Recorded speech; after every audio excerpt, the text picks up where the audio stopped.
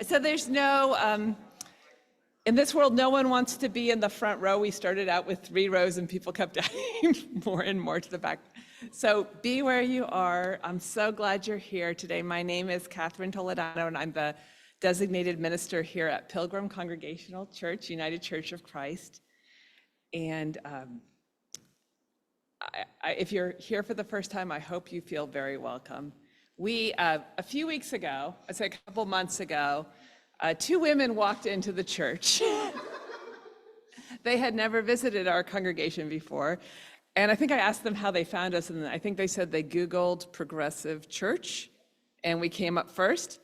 And that is why they came. Their intention was to visit multiple quote-unquote progressive churches in the area, but they ended up staying with us at Pilgrim because we were having such a good time together, and it was even during Lent, which is surprising.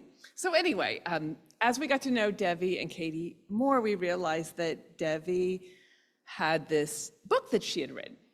And as we believe that climate justice is a theological issue, and it's very dear to those of us who attend this church, we were eager to hear more from Devi about this topic. So that's when we had this thought Devi could speak to us and tell us more about her book. And so I want to tell you just a little bit about Devi if you don't already know.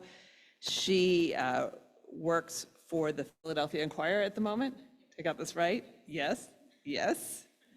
And she is the commentary and ideas editor for that publication. She's also written for the New York Times and National Geographic Explorer and various other publications. She attended the graduate program in science writing at MIT, which is really interesting. Yeah, so she comes to us with this really rich background, and I am so eager to hear your story, Devi, and I'm so grateful to you for being here. Afterwards, after Devi speaks, I believe she'll take questions. We'll have a little interactive session, so there'll be a moment for us to make comments. I know that Willow and Sycamore in the front row here with me have things they want to say, and I would like to hear from them too. And then we'll have a chance to have a little reception if you can stay on, a book signing, a chance to purchase books. So thank you for coming, and welcome, Devi.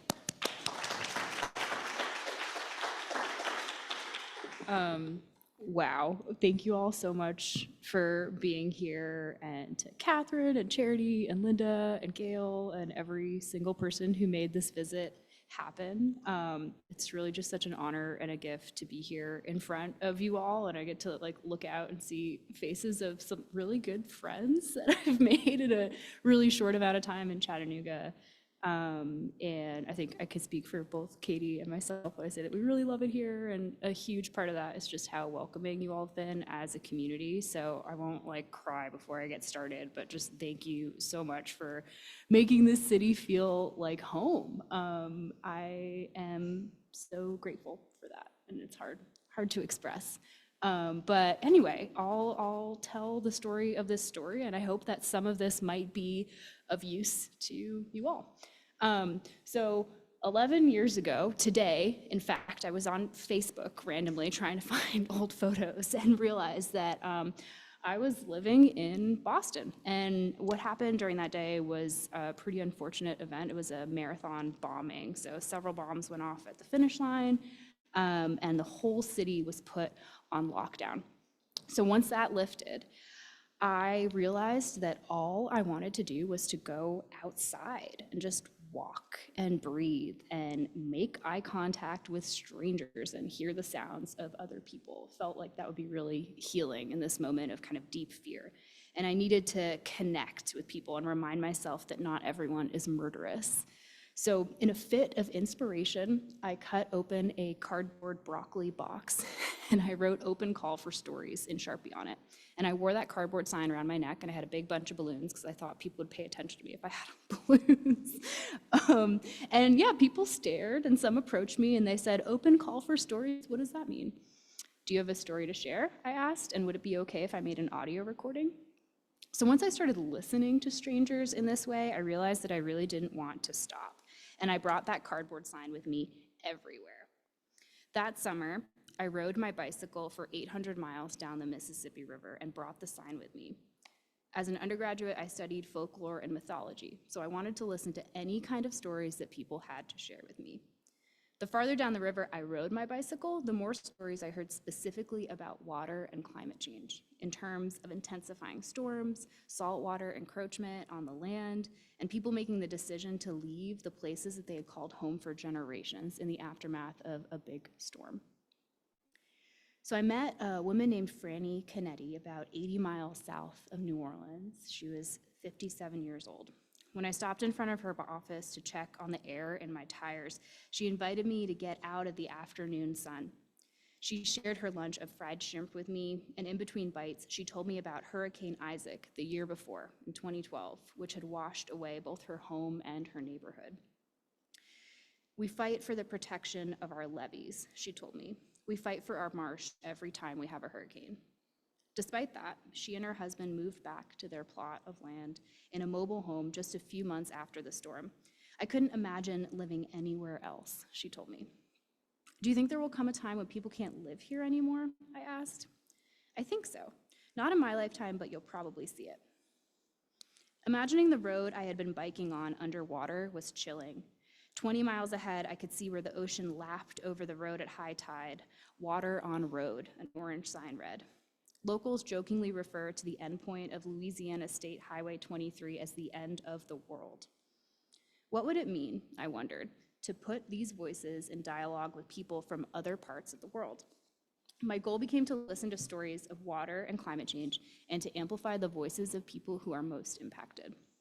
So over the course of 5 years, I set out to document 1,001 stories from people who are living with the impacts of water and climate change in 20 different countries on every inhabited continent.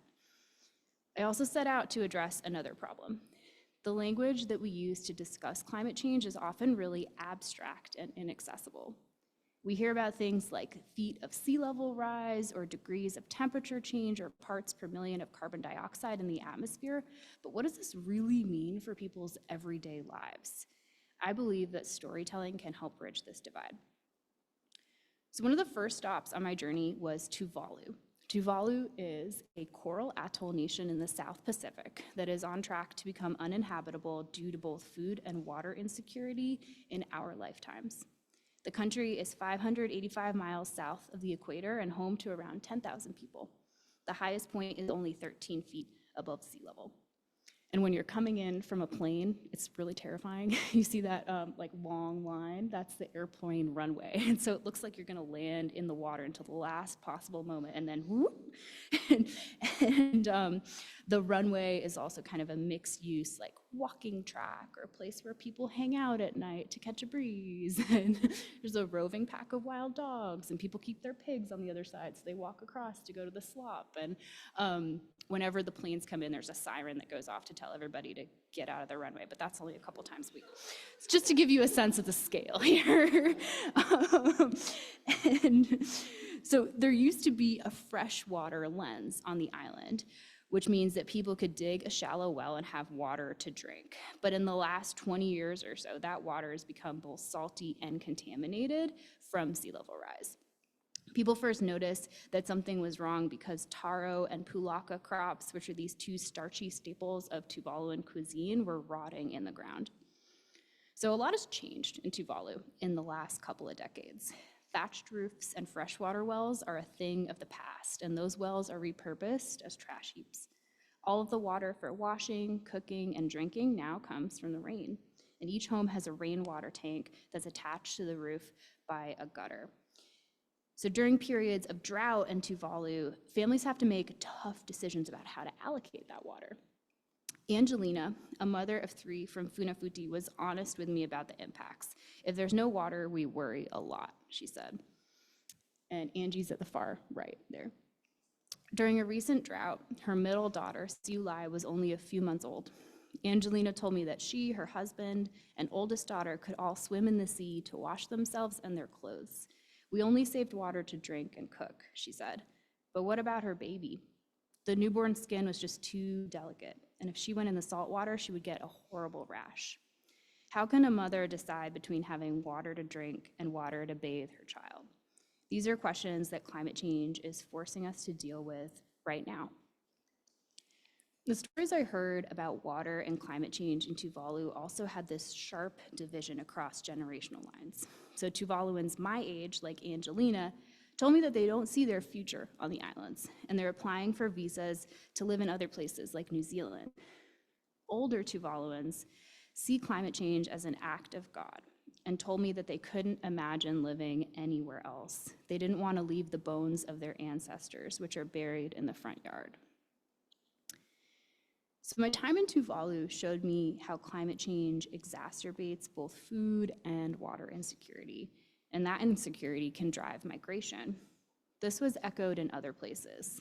Water forces movement. If you mess with the amount of water that's available in any one location, people will move if they must, because we all need a steady and semi-predictable supply of water in order to survive. In Thailand, I met a modern dancer named Soon, who had moved to Bangkok from the rural north. He relocated to the city in part to practice the art, but also to take refuge from unpredictable rain patterns. Farming in Thailand is governed by the monsoon season, a shift in the prevailing winds that dump rain, fill river basins, and irrigate crops from roughly May to September, or at least they used to. When we spoke in late May 2016, it was dry in Thailand. The seasonal rains were very delayed. Water levels in the country's biggest dams plummeted to less than 10% of their capacity, and it was the worst drought in 2 decades.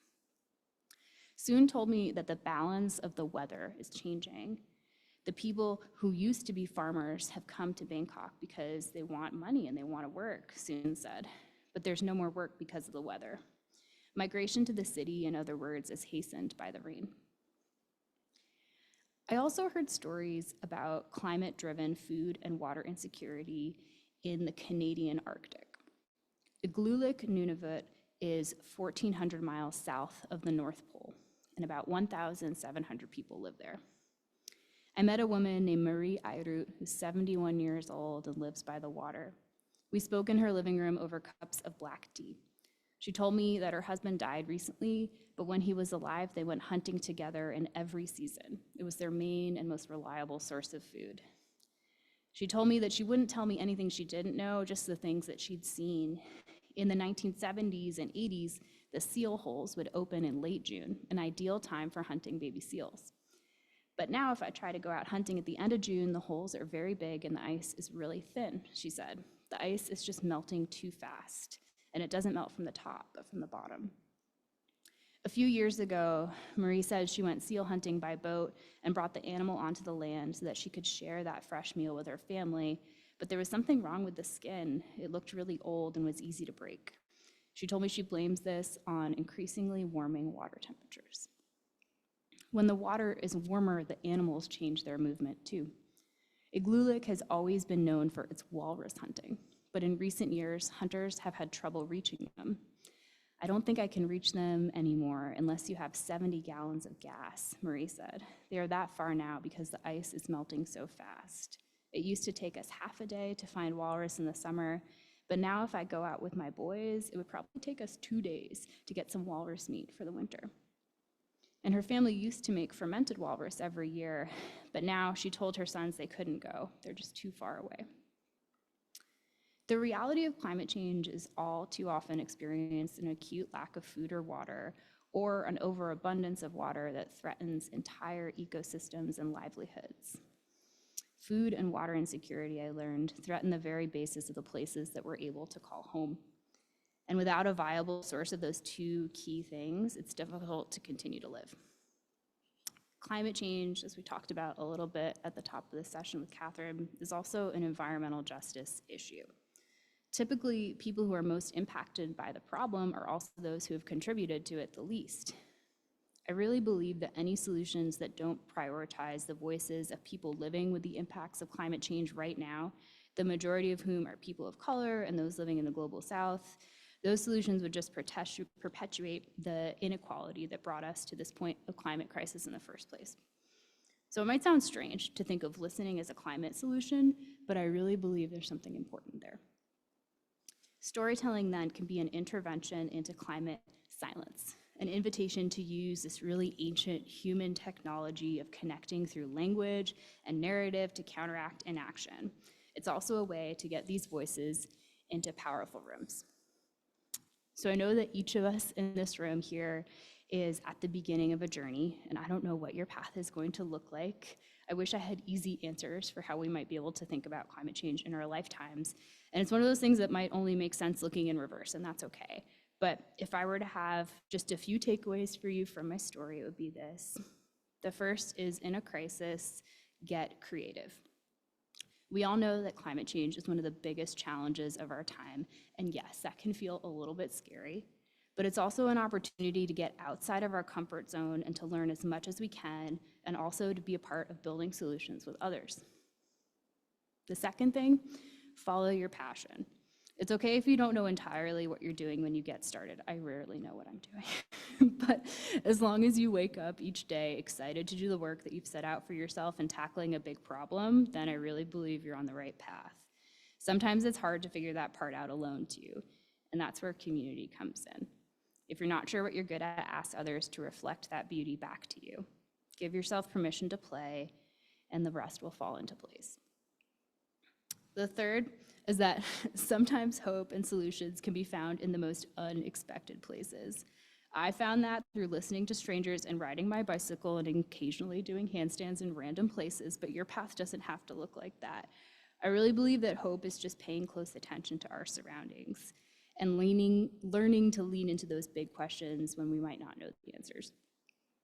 And then lastly, there's always a glimmer of joy if you know how to look for it. I know that some of these topics can be a bit depressing, but when I think back on my time in Tuvalu, I remember the dancing, all night dancing. I remember the laughter and the way that people played these really raucous games of cards too. Or in Aglulik, for example, there's a social circus troupe that performs acrobatics, not only in the Arctic, but all over the world, and is a part of training kids within their community to be able to get out and experience different places through that art too. So it's not easy, but we can all be a part of the process of turning towards the hard things and letting the light in, all within the same breath. So thank you so much, and I'd love to hear any questions you guys have.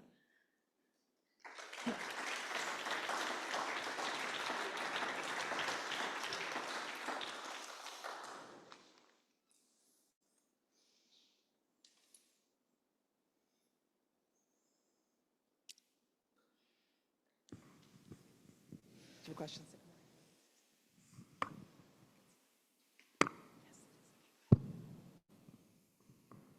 This could be a question or a statement, right? Both are good. If you've been here, we're 2 years. You know a lot about this church. If you haven't, you don't. But if you have, you do. Okay.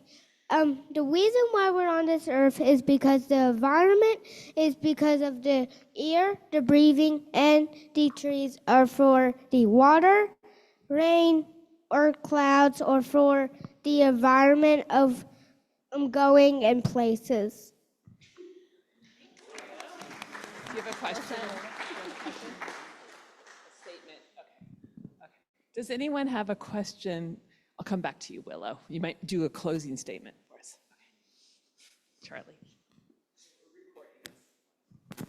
I had a question. Did you, in your travels, and I think I know the answer, ever run across anybody who was hostile to what you were doing because they thought that somehow you're stirring up maybe a hornet's nest that doesn't need to be stirred or something like that? And then how did you deal with that? Yes, I did. Great question. So I think the time in which I did this project spanned a really interesting period in terms of how people were discussing climate change, because when I got started, 2014, 2015 or so, depending on the place, it really just wasn't as much a part of the everyday vernacular of how people were thinking about, big weather events or droughts or floods, fire, displays, whatever it is, right? But I vividly remember having a conversation with a couple in New Zealand, of all places. So I started out riding my bicycle in Auckland, in the north of the country, and was just heading as far south as I could get. And one of the first days I was on my bike was a bank holiday that I didn't know what it was at all because foreigner. So there was no hostels open, no campsites open. I had ended up, and it was almost dark, and I was in a beach town, and I had no idea what I was going to do. This happened to me many nights. So I followed the 3-second rule, which is you meet someone, you decide in 3 seconds whether or not you trust them and go with your gut. And so walked up to this couple and asked if they might be able to help or if they knew of anywhere I could pitch a tent for the night. And they were super kind and invited me to come and sleep on their couch. So I did just that. And they asked me later on in the evening, over cups of tea, what I was doing, why I was doing it. And so I told them I was collecting stories about water and climate change. And they immediately scoffed and were like, oh, climate change. It actually became really interesting because I realized that I could respond one of two ways. I could get really upset, or I could ask them why. So I was like, why do you think this way? Why are you having this response to it, right? And they told me that the scientists were out to make money from this, and they didn't trust what they saw on the evening news, which was to them the same image of an iceberg calving into the ocean over and over again, or the same visual of a polar bear floating on a little piece of ice. And it was really instructive for me to have that conversation because I realized in that moment that it was a communication problem. And here we have the experts who are talking about climate change and climate science in one way that is completely not connecting to this couple in New Zealand, right? And the media was doing a pretty bad job of it too, just showing the same visuals over and over again. And that's where I think it just becomes important to have different types of conversations on these issues, but it's something that, I am not perfect at this by any means, and there's some things that get me real fired up, as I'm sure there are things that will get every single person in this room fired up if you're talking with someone who's on the opposite side of it. But in my work now, in opinion journalism, I'm interacting with people who I disagree with all the time, but I found it really instructive to have that same curiosity, because I think that they're not going to be won over by me coming at them with facts. But if I tell them a story, and if they tell me a story about how they got to the place where they ended up, then I think it's possible to have a more productive conversation.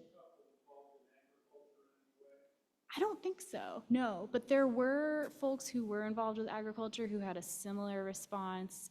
New Zealand had proposed a pretty controversial fart tax several years before I was there, which was about methane emissions coming from cow farts. There's some really fun images online of farmers protesting New Zealand Parliament if you need something fun to do with your afternoon after this. But yeah, there's many different reasons why people believe what they believe, but that's one reason why. Yeah. Other questions?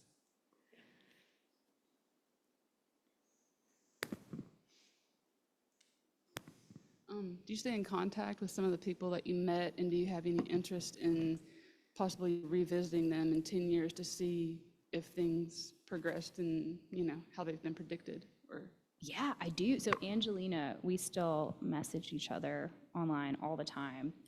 There's actually a journalist from Canada, from Montreal, who reached out to me because she's going to Tuvalu. It's really hard to find people who've gone there because they don't get a lot of visitors. It's very remote and there's not a lot to do. But she's going to collect climate change stories this year and asked me if I could put her in touch with anybody I knew. And I was like, you got to talk to Angie. She knows everybody. So I'm hopeful that I might be able to have a similar experience from that, just reading whatever it is she writes. But I would love to return to some of these places, especially just to be able to witness more thoroughly how things have changed, because it's been a decade, right? And for the early parts of the journey especially. And yeah, it's something I would love to do. I'm not feeling the urge to just up and go to the South Pacific in this specific moment. I'm much more interested in roots in this time of my life, but definitely something in the coming years I would love to have the chance to revisit.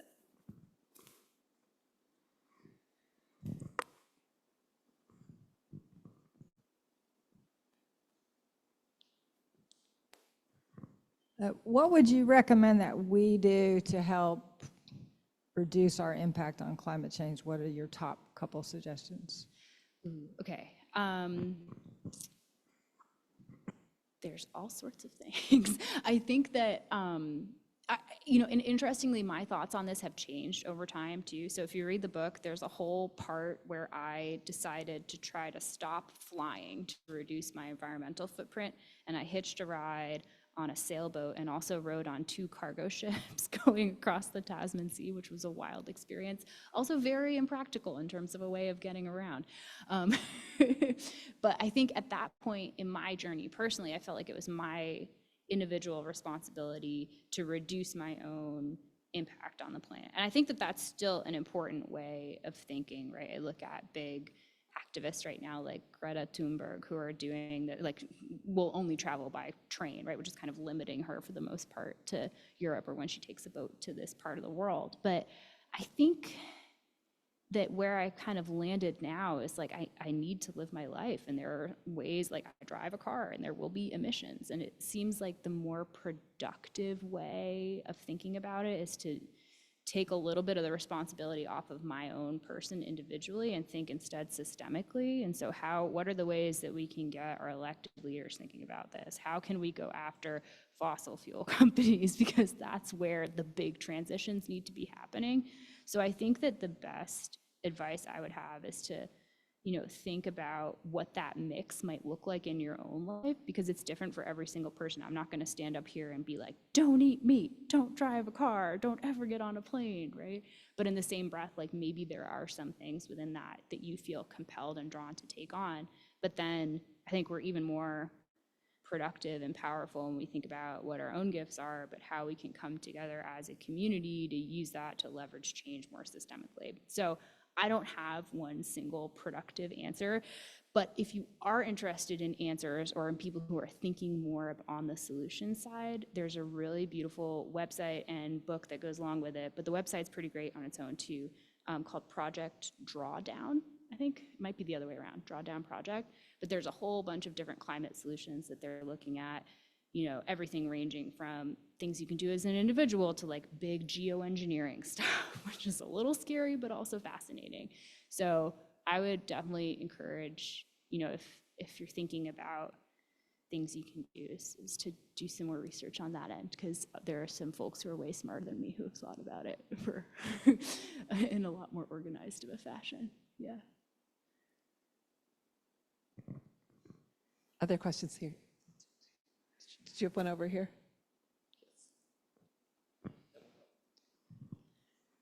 I really just wanted to answer part of your question. Great, yeah. You might know about more things happening here than. Because here in Chattanooga, we have an organization, Tennessee Interfaith Power and Light, and our mission is to bring the moral perspective to climate change. So we're working on that, and one of the things that we did was to form a coalition that met with the city to get the climate action plan adopted by the city, and indeed it has been adopted. And we are now part of the framework that's working to see it get implemented.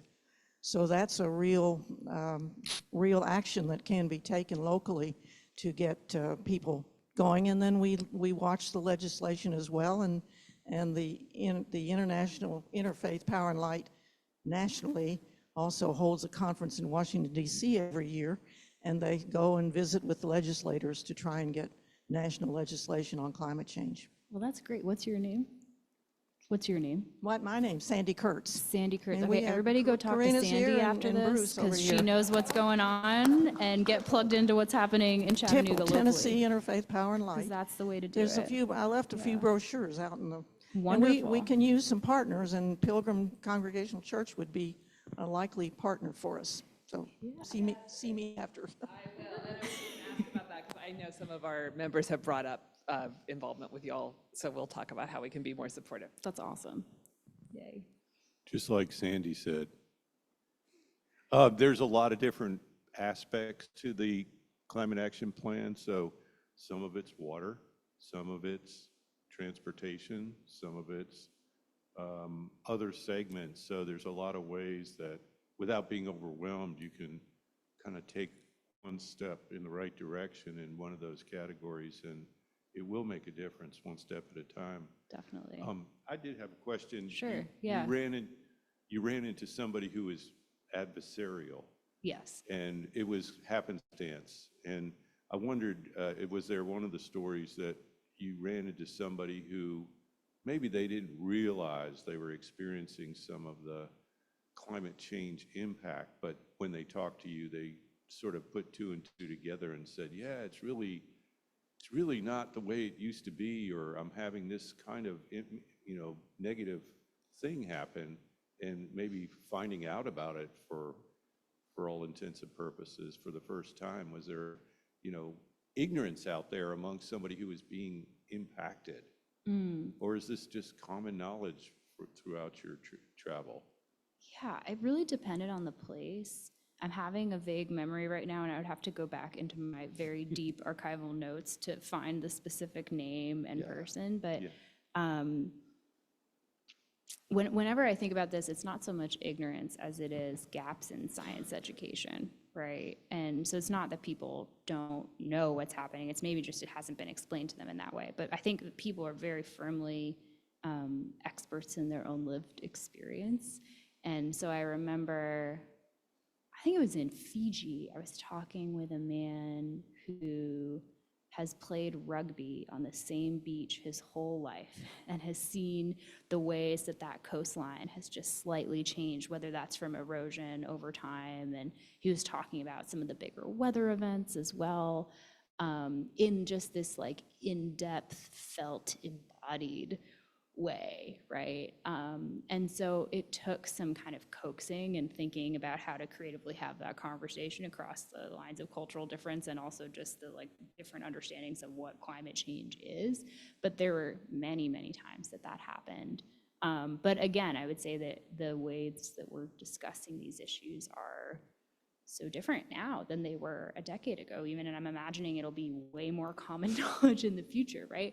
Talking with people in Tuvalu, that wasn't the case at all. Like they have a delegate who goes to the United Nations climate talks every year and is often one of the most outspoken people in terms of getting the voices of small island developing nations right out front in the negotiations because they are so impacted and have contributed so little to the problem.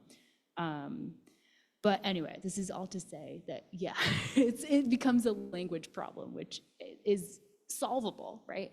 But separately, I'm just so excited about the work that you guys are doing here in Tennessee. And I think definitely getting together with like-minded people to tackle these big issues is a way of not despairing on our own about them. So I'm glad you're doing the hard work. It's really great. Keep going. Hope you all can join too. Yeah. Other questions or comments? Oh, yeah.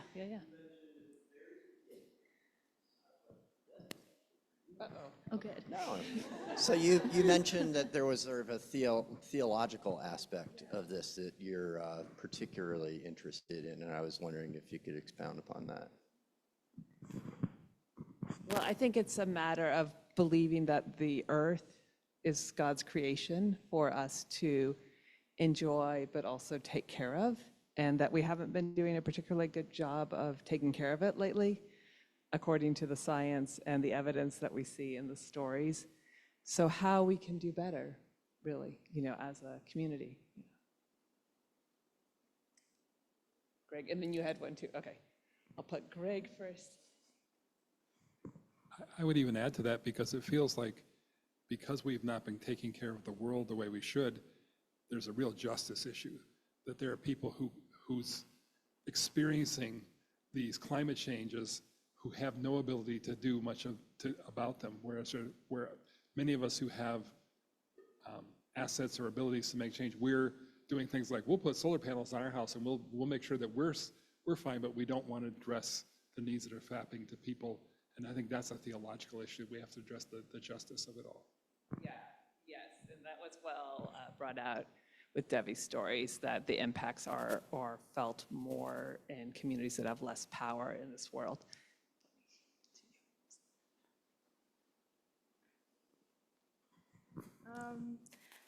So I'm learning. I'm still, learning more about climate change and all that. So my question is that millions of years ago, they talk about the ice age, and now it's climate change. So I guess my question is, do you think that it's a part of the world changing? Like, because it's constantly changing all the time. So my question is, do you think that I guess, do you think it's gonna get better in some way? I don't know if that makes sense. Yeah, no, but- totally. Thanks for asking. It's a good question. And I think one that's pretty common too. So the way I understand it, and please, if someone has a better way of explaining this in the room, by all means, jump in.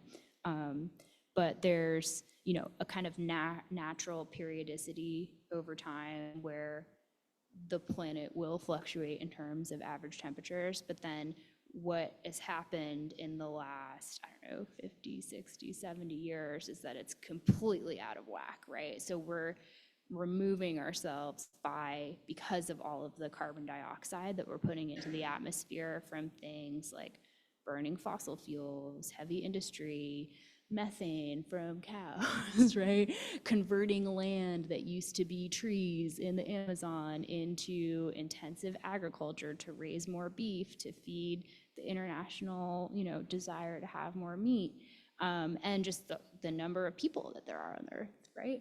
More than ever before. All of those things coming together create this like out of whack where there's more parts per million of carbon dioxide in the atmosphere than there ever have been, which is kind of like putting a big wool blanket over our atmosphere, right? And so we're getting out of whack of what that natural periodicity was and just making things hotter.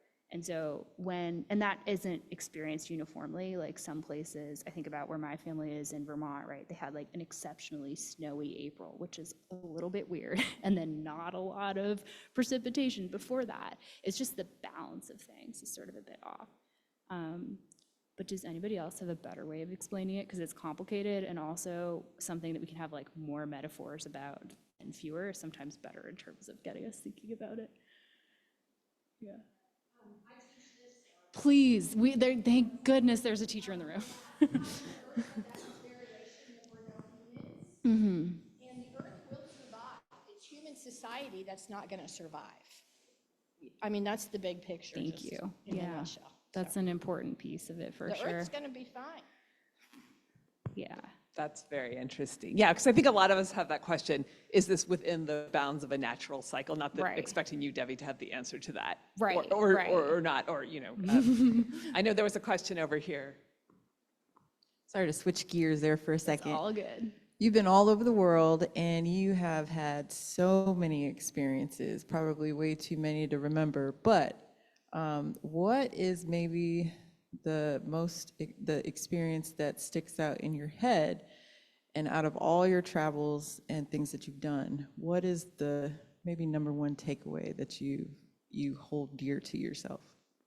Okay, well, one that's sticking out to me right now, and this will probably change based on like different days that you talk with me, but when I was, to get back to New Zealand, right, we were talking earlier, there are a lot of people in the country who I met who are super plugged in and trying to come at these issues in a way that kind of respects the past, but also is directing where they want things to go in the future. And one of those people is a woman named Tanea Tangaroa, who lives in a community called Wanganui.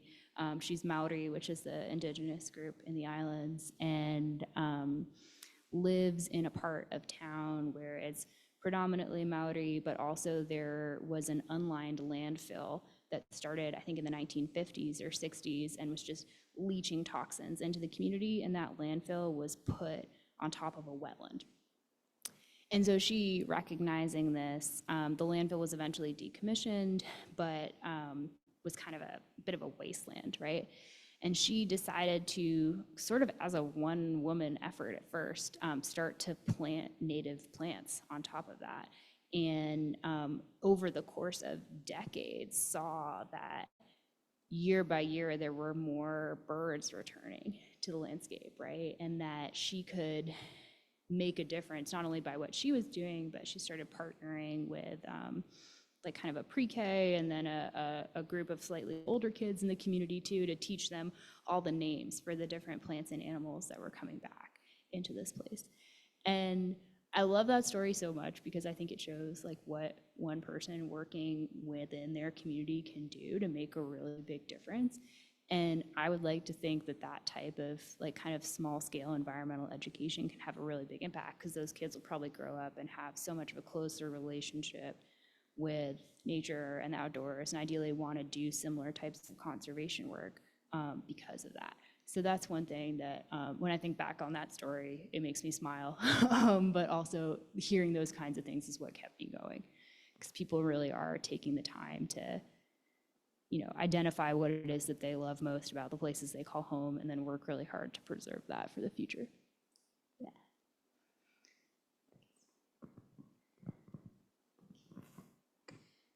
You've spent a lot of time on ships and boats. Yeah. What did you see in terms of the increased warming of oceans and the effects on our coastline? You know, when I say a lot of time, it was like, you know, probably collectively like a month and a half. So I don't know that that like would give me enough of a breadth of time to have seen change over time. But one thing that was really interesting for me, so when I was on the cargo ship for the first time, there wasn't many people to talk to except for the captain and crew. And so we would all eat meals together at specified times of day. And the captain, who is a Russian guy, was telling me about how the standardization of shipping containers completely changed what it was like to live at sea, right? So they spend, I forget how many months on the water and how many months off, but the majority of the year they're working 7 days a week on these cargo ships. And now that there are these standardized shipping containers, the choreographed ballet of getting those containers on and off the ship is quite fast. It's a matter of just a couple hours at each stop. Whereas in the past, there would be enough time for them to get off and, you know, have a drink or explore whatever city it was and then come back on board. Right now, it's a lot more mechanized. And I think we all, like, it's one of those things, once I started thinking about shipping containers, I saw them everywhere, but it's one of those parts of our global economy that's kind of invisible. You don't think about it unless you do, but I'm definitely like a lot more cognizant now of where things come from or how long a distance a certain item might have traveled from where it was made to how it got into my hands.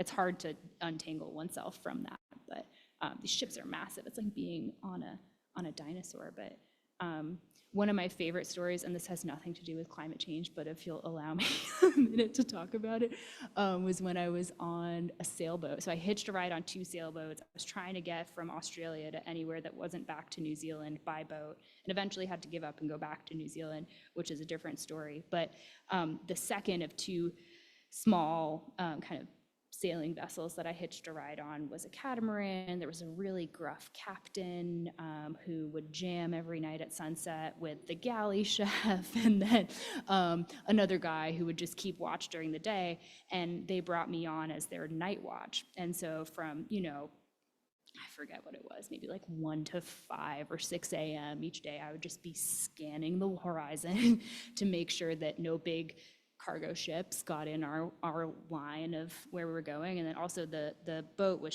steered by a computer. But if for some reason the wind changed more than a certain number of degrees, I was supposed to wake up the captain who was sleeping next to me. So I'm like, great, I've got my 2 assignments like that, and don't fall into the water, no problem. And so one night, it's like, I'm a little delirious and I'm just staring at the horizon, you know, things are moving like this. And out of nowhere, this big white light comes barreling down at me, and I'm like, oh my God, we're about to get run over by a cargo ship, right? And so I'm like shaking the captain. I'm like, wake up, right? And he turns to me and he's like, Devi, you just woke me up for the moon. And it was just a big full moon rising. But things get a little weird when you're out at sea. Yeah.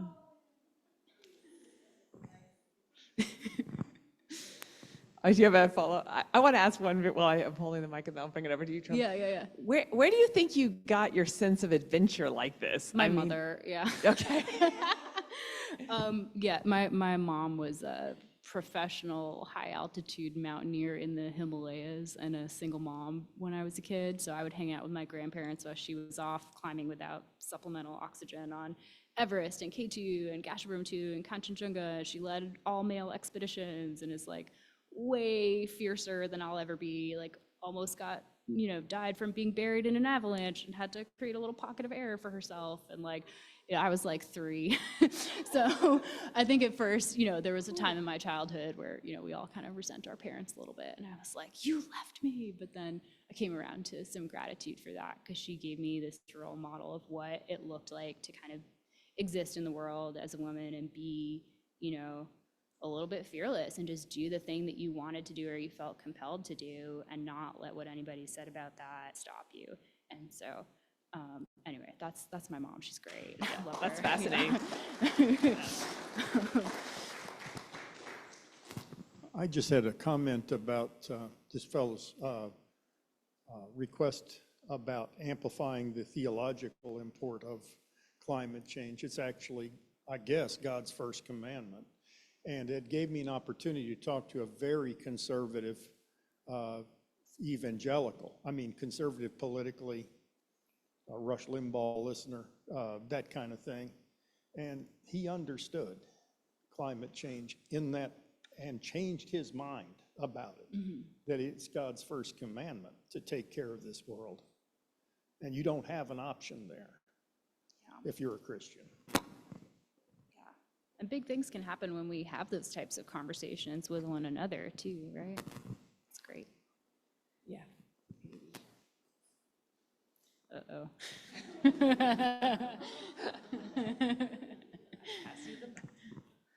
I have read the book, Yeah. and something that I really want you to highlight, because it's been mentioned a couple of times about talking to contentious people and potentially being able to change their mind, is values-based communication. You touch on that in the book, and I think it's a really good point. Oh, So okay, sure. Please expound on it. Thanks for the assist, Katie.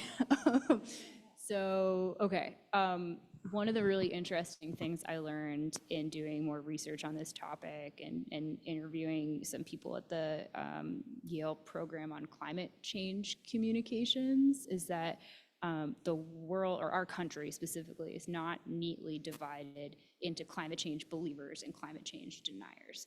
Instead, it's a bit more of a spectrum. So on one end, you have your, trolls who are not going to engage with this topic and will loudly be against climate change action in any way, shape, or form. They're actually quite a small segment of the US population, but you think there are many more of them than they are just because of how noisy they are. And then on the other end of the spectrum, you have people for whom climate change is one of the primary motivators in how they make decisions about their lives. They are super engaged. This issue is the most important issue to them. And then you have all sorts of people in the middle, of whom I'm guessing the majority of you all, right? Where you might be a little bit doubtful or not fully understand all of the mechanics that go into creating what climate change is, or you might be curious about what it looks like to take climate action, but not fully able to engage with how that might look in your life. Or you might be starting to make actions in this direction, but feeling this kind of like personal inertia that it's just too heavy to engage with this fully. And there's probably one more that I'm forgetting, but you get the point, right? And another really interesting piece of research about how to move or how that's changing. So they do these longitudinal studies of the American public, and more people are becoming engaged with these issues than ever before. And anecdotally, I think we can all see how that's happening with just looking at, if there's a big fire in the country, people are talking about climate change first and foremost, and thinking about, is it even safe to live in places that are so impacted now, right? But another part of that research is values-based communication. Thank you, Crosby, which is kind of the idea that people don't necessarily engage if you're coming at a conversation from two very, very different perspectives. And I'm sure, again, probably had this experience in our own lives, right? It's not super effective to just start spewing facts at the other person, right? Or to tell them, you are wrong because, right? But instead, values-based communication encourages us to try to identify a shared value that we have with that other person and to start the conversation from there. So it might be that family is a shared value, and like protecting the longevity of whatever important resource it is in our lives for the future of children in each of our families. And so if that's the starting point of a conversation, it becomes a lot easier to move forward from there and to find that common ground than if we come at it another way. And it's just a different way of putting a frame on the same way of speaking. But I think the more that we can establish those common values or figure out, you know, from listening first and foremost, what it is that we share with someone who we might think is diametrically opposed to us in every single way, often there is one tiny thing. So I would just encourage you all to try to find that, because it can really make a difference in how we have conversations about these issues. Yeah, thanks. Yeah.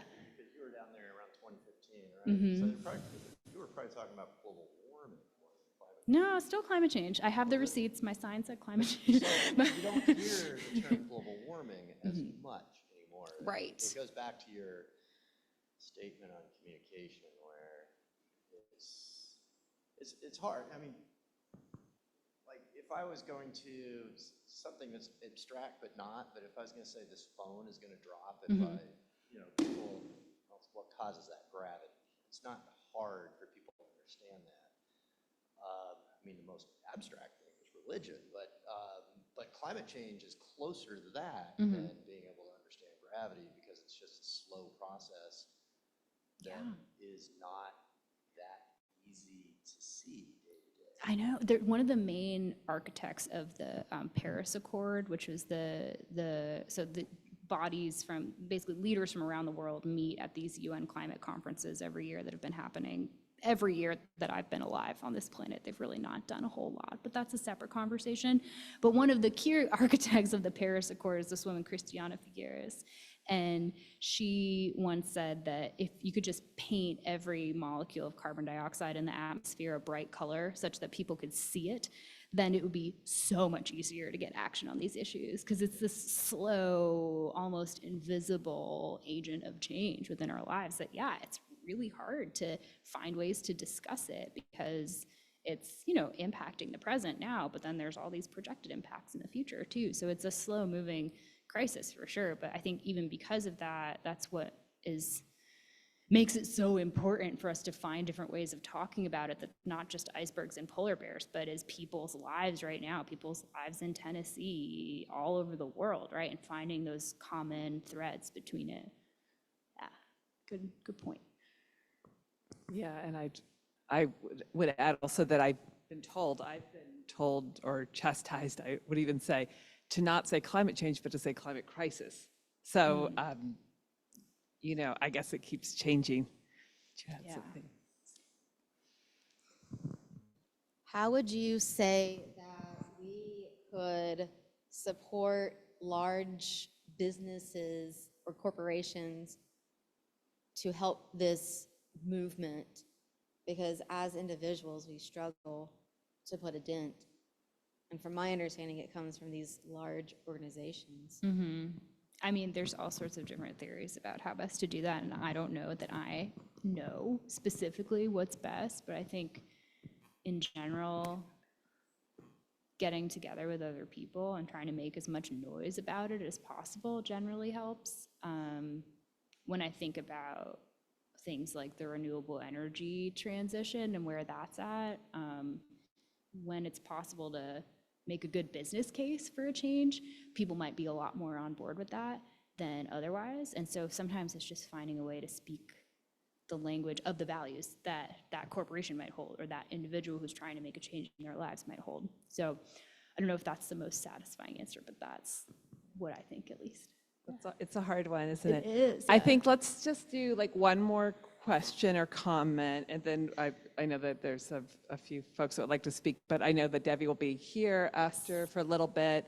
I think we still have some more books for sale, yes, and she'll be happy to sign them as well, so we can kind of keep the conversation going, and make some of these connections that we can also keep as a community here in Chattanooga, keep this conversation going. So. Yay. Thank you so much, Devi. Who has the last? Would you like to speak? Comment about. Sure. just a comment on the last statement. So you should get involved with that lady over there, and that's how you can make a change. Don't worry about the big global picture. Do something, and they're doing something really good in the area. So I would say that's my answer to you, how to do that, all right? Right, that these systems exist already and these organizations, right? Which is a good Getting thing plugged about into them, yeah. bringing people together. And then Willow, you had one last thing you wanted to say, is that right? Okay. Why don't you stand up, because it's good to see kids here. All right. So I think the Earth is going to be hotter in the future because every summer I have to play in water, and this week, it's going to be very, very hot. And I want a lot of people to survive with oxygen, water, and food. And I think the Earth is really important. That's what I wanted to say. Thank you, Willow.